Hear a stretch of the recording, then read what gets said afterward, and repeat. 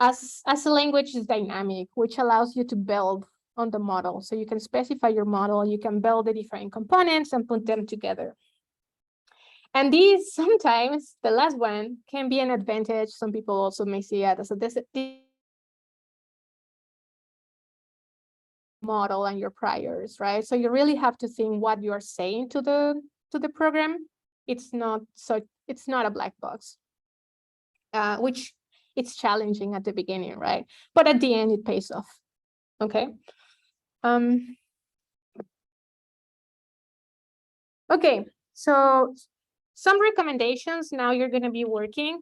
First of all, if you want to work in pairs, that would be nice because then you can discuss a little bit, but you can also work by yourselves, right? So first recommendation, read the tutorial. I really wrote it as if I was talking to you, so you could like see what I'm doing.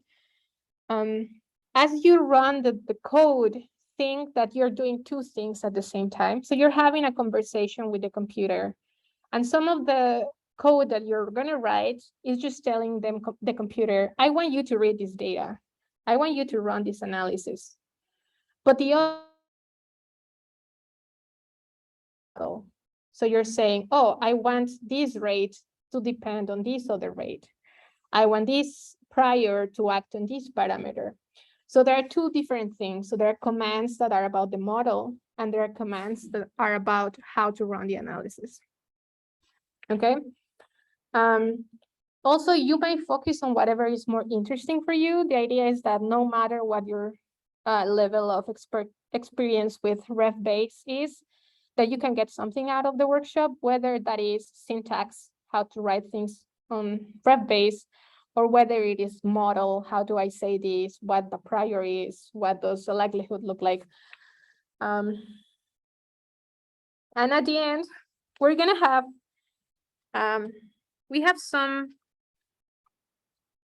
printed code here, because I'm gonna leave at the end this in the screen, so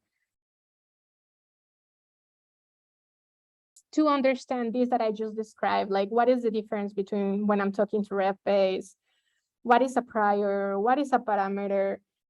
So I want you at the end, once you have run the whole thing, to spend some time looking at the code that is printed. Is the same one I gave you, and try to highlight or like mark, if you have colors, fine, if not, just with pencil, 3 pieces of code where I am specifying priors, and then 3 pieces of code where I am specifying likelihood functions. So that's where the data is going to come up, right?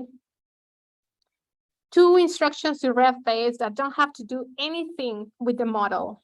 It's just like conversation of me with RevBayes about how do I want it to manage data or something like that.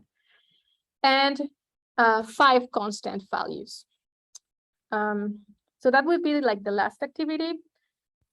But